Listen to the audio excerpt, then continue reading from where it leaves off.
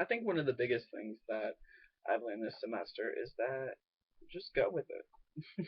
And I know that sounds really laid back and stuff like that, but things are going to happen in the classroom that you're just going to have to respond in the best way possible, do the best thing possible, and do what you've been taught to do. And so I learned from my teacher to just go with it. And I mean, I've learned so many other things, but that's basically the essence of it. Students will come in one day and they'll say that something happened, and the teacher will just have to go with it. And if you don't get done what you need to get done, then you need to reflect upon that later, revise, edit, and plan for another day, because you can't control sometimes what students bring into the classroom. And so I've talked about in my videos, leading a lesson and the benefits of planning and getting to know your students and all that. But, some things that I learned from placement really have to go with just go with it.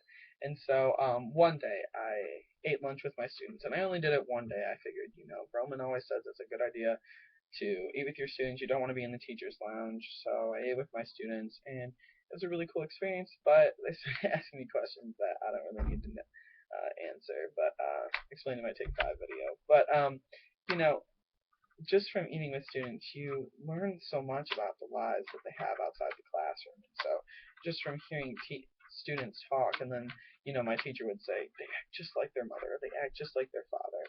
I think about my own life and how I act like my parents in some ways. And so, it's really interesting to see what students bring into the classroom and the definition of diversity not always being what you can see a student bring into the classroom, but knowing that there's diversity in every single classroom, whether you're teaching in a 100% African American school, there's diversity, and that the students bring in something different from their home lives, or, their lives that they have at the shelter or something like that.